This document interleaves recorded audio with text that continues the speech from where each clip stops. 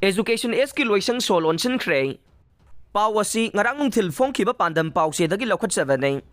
Lainga ki Education S Department ki lokhiba multitasking staff MTS ki phal laukthoktabadagi khoisaungna raba candidate singna lamphel fata leiba department asigi Loishang so Lonsinkhre.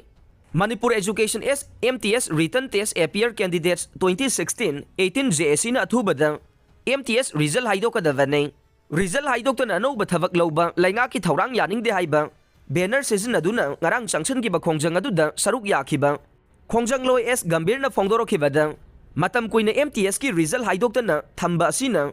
candidate singda chauna awaba kaya mayokna halle mamang da sumari leina ba education minister amade director na chingba kaya su wari sanaduna lakhibane result haidoklagani haina thajaba piraklabasu ngasi fawba thabak oina onthoroktabadagi khoisauna raba candidate singi JSC na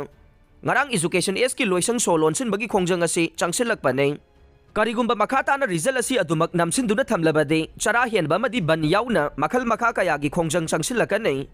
MTS falasi hek laukthoktriba phawba JSC ki khongjang haloi haiba akan bo wafam su thamlak le